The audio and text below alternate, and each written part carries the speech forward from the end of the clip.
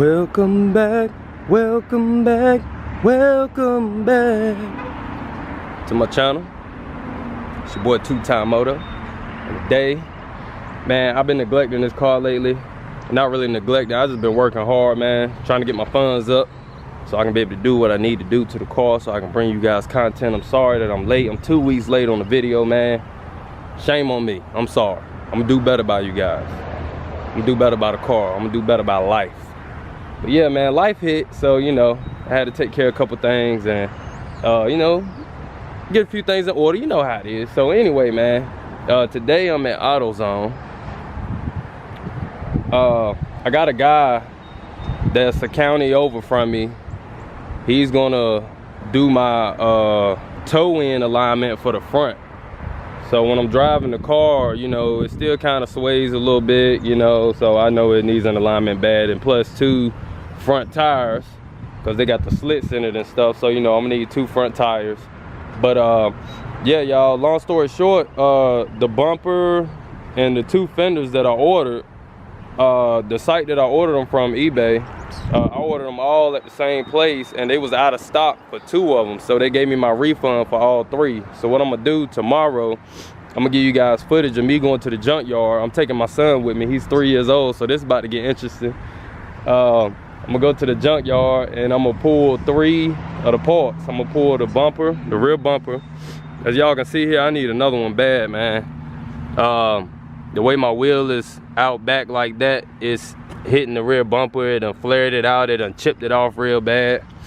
So before I get it painted, I'm making sure that my suspension and everything's straight, so I'm gonna do that today. I'm not gonna worry about the toe in. I'm just gonna worry about the camber, the front camber, and then the rear. So what I gotta worry about the rear is I'm gonna tow, if y'all can see it, I'm gonna tow that all the way in so that it'll bring in this gap. I have more gap here, and I'm gonna also make sure that this is flush. Move that out the way. I'm gonna make sure that that there is flush. Well, not flush, but I'm gonna make sure that it's sitting level for the rear. I'm gonna make sure that my springs are sitting leveled up in there, which I can tell that they're not. So I'm about to get a spring compressor kit and make sure that both sides are situated. So yeah, y'all stay tuned with me. I'm about to head in AutoZone. I think that they rent those spring compressor kits. I may get some WD-40s just in case I have some trouble with some bolts and stuff like that. Yeah, y'all, front camera don't look bad, man, when it's on different elevations, but you can still tell it got a slight camber on the wheels. That's gonna be a problem when I put some brand new tires on. Then they start wearing out. This one look like it's gonna wear out in the inside, so I need to tow it out 1 more notch. This one look like it's gonna wear out in the inside as well. I need to tow it in a notch. Yeah, y'all stay tuned with me. I'll be right back. All right, guys, I think it's pretty much safe to say that the passenger side front wheel is pretty much straight. I'm not gonna even worry about bringing it out a little bit more or anything. I'll leave the passenger side how it is. Y'all see what I got going on. I got a long level floor. I'm inside my garage, so you know the garage is level. That's good. I knew that the driver's side was off a lot, y'all, so I'm gonna show y'all what that looked like. But I'm gonna work on the rear first. Get the rear situated. That should be the easiest. But look how much this is off, y'all. This is what I was talking about.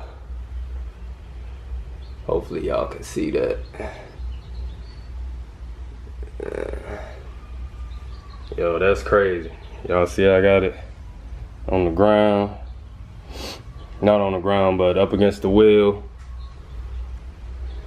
So I gotta come out that doggone much. I don't know how they got that far off. So I gotta adjust the upper control arm that much, y'all. Bring it outwards. Which that looked like a lot, but if I get 1 or 2 turns on it outwards, it should be fine. because the bottom's gonna sink in and then the front's gonna kick out. So you gotta determine that, yeah, it looked like a long way to travel. And that's where like a lot of guys will mess up at, but you gotta like know your angles and stuff. So the bottom should kick out and then the front should go in. Excuse me, the bottom should go in and the front should kick out. And when you do both of those, you know, you should basically just divide that in half. You should divide that gap in half for about how much you need to twist your upper control arms out. And that goes for about anything. If you got a bottom and a top to something and you need it leveled, you know, if you level the top, the bottom's gotta go some way too. So once I twist it out, half of that distance y'all saw about how much that I needed, then it should be fairly level. And that's all I'm looking for. I don't want significant wear on my tires, man. And like I said, I already got 2 slits on each tire. I don't even know how the heck that happened. Like I said, I got the car from the shop when I got it done, and the tires had them slits in it. Also, I just drove it today, and every time I would turn, the car would like dip in the front. So I know that that's coming from that slit in that tire, and it's making that tire go in and outwards. So it should be fine. Like I said, once I get 2 new tires and then I fix that camber, everything should be fine. I'm still gonna go get it aligned by the shop. Also with my toe in, so that it'll drive in a straight line. But today I'm gonna fix the rear, make sure that the rear is straight. Cause like I said, how the guy had my adjustable trailing arms turned, one of them is turned out way further than the other. So I know that the rear end is probably cocked at like an angle, and that's not what I want. I want to draw it in as far as I can so I can get more of my drive shaft into the transmission. Therefore, I may not even have to go and get an extra link put in my transmission. Got birds over here fighting. So yeah, y'all, I'm gonna do that. Like I said, try to save yourself as much money as possible by doing things yourself. The things that you can't do, get the shop to do, because they got the tools for it. But make sure that it's a good shop. Look at the reviews first. Make sure that it ain't got a ton of negative comments. Now, I mean, some people will hate. You may have a couple of negative comments here and there because they didn't get their way. So at the same time, just make sure that you know what you're getting yourself into. Like I said, I had to learn from that, which I've been known better. At the same time, found myself rushing, wanting to get stuff done, wanting to get some content out. Like I said, I'm gonna get some content out the right way. And if I ain't got nothing to put out or got a good video for you guys, I'm just not gonna do it at all, you know? So yeah, about to get started on the rear, y'all. So y'all stay tuned, and I'll show y'all bits and pieces that I'm taking apart. My wife wants the camera for a little bit, so I'll show y'all bits and pieces that I'll take apart, and we'll go from there. All right, y'all. Y'all, we're making some progress here. I just took the rim off. Well, not just took the rim off, but yeah, I took the rim off. Got the upper trailing arm out. Y'all can see the rear look a little twisted and stuff, man. So I'm about to fix that right now. I already screwed in the bottom trailing arms. Y'all see that one screwed in way more than what it was. It had about 1 inch of thread showing. I don't know why my camera's so blurry, but I'll show y'all the other side. Did the other side too. Still got the rim on this side.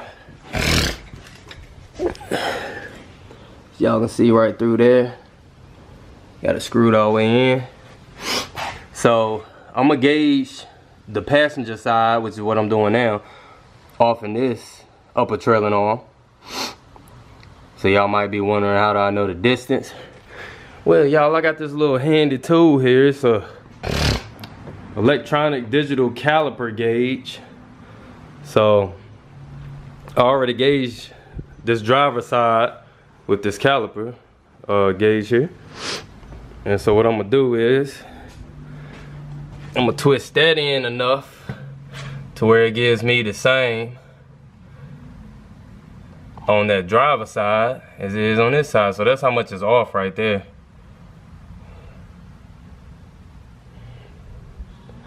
And I'm gonna screw that in accordingly so everything is lined up perfectly on the rear, man. I might not have to bother with the springs. Springs are okay. One of them is a little bit off, but it's not gonna make a world of a difference. It's still sitting up there, you know, pretty much level. It's just a little bit off, so. Yeah, y'all, that's what we got going on. And we're gonna go from there, and I'll show y'all the rest of the progress. But yeah, it don't take really nothing. I ain't have to take the rear end or nothing apart or drop it down or anything, you know. I got my 10-ton jacks up underneath here. I got this jack here sitting on for support for the rear, because I did take that off, making sure nothing fell back, but it shouldn't fall back because I got my rear sway bar links in on both sides. I still got the other side on, so thing now is to adjust it accordingly and put it all back together. All right, y'all, both sides are done. It's rear trailing on, like I said, screwed in all the way. This one is gauged according to the driver's side over there, which is how I want it. Everything sits flush. Let me show y'all. So y'all see how I got it gauged.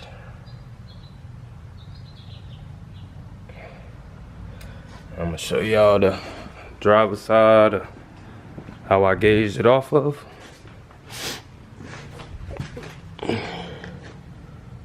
Turn this thing around.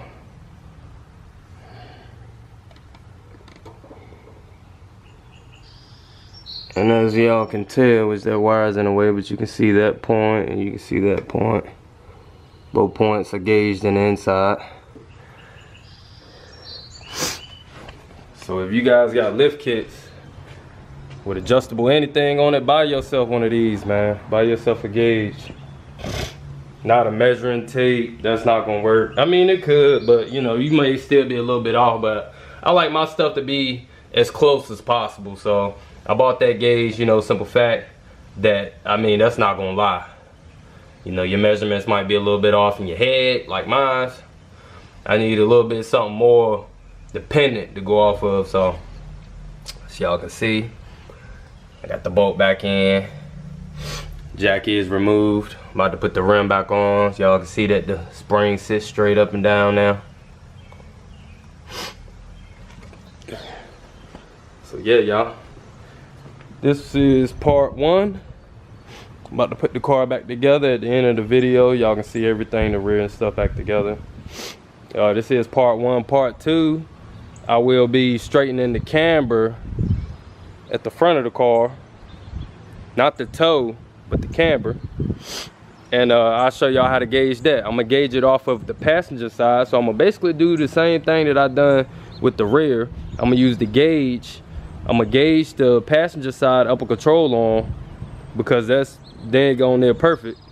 The bubble's almost centered when y'all see me put the level on it.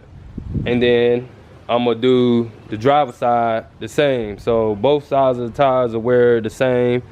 I won't have no problem with camber, or you know, while one side is doing something that the other is not doing.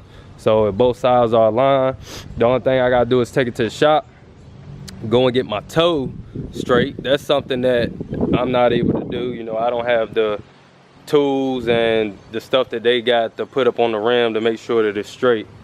You might can use a laser sight and stuff like that, but I ain't trying to get into all that. So yeah, like I said, guys, before, do things that you can do. Don't waste your money going to a shop. Yeah, it'll take a little bit of time out of your day, but you know, everybody gotta have time here and there for, you know, what they drive. And when you know that you got your hands on it, you know what is what bolts, you know, you made sure that all your bolts and stuff are put back in the right direction, is tightened down. You know, when you go to a shop, you never know who's having a bad day, or if it's a Friday, who's trying to rush to get up out the shop, so then they just throw your stuff together. You never know. So like I said, if you put your own hands on it, you know what you got into it. So yeah, y'all, this is part one of how to align your vehicle with a lift kit. It can be a truck or a car. If you got anything adjustable with a lift on it, or if you're lowering it and you got something adjustable, it's the same thing. So yeah, y'all, part one. I want y'all to stay tuned for part two. Tomorrow, which is Monday, I'm gonna be bringing you guys another video. Like I said, I'm going to the junkyard, and I will be pulling those parts off. I have my son with me. So like I said, y'all, it should be a fun time, man. I appreciate all y'all that's been supporting me thus far. We are at 209 subscribers, and hopefully we just keep going on the up and up, y'all. Like I said, I'm gonna keep bringing you guys content, and you know what I'm saying, hopefully we have fun with all the projects that we got going on. And there are plenty more projects to come in the near future. I still got 2 more cars I gotta tackle. Those 2. I will be buying more cars in the future. I still got the bike that I'll be bringing y'all footage on also. So yeah, I appreciate your support. 2Time Moto TV out, and stay tuned for part 2. Peace.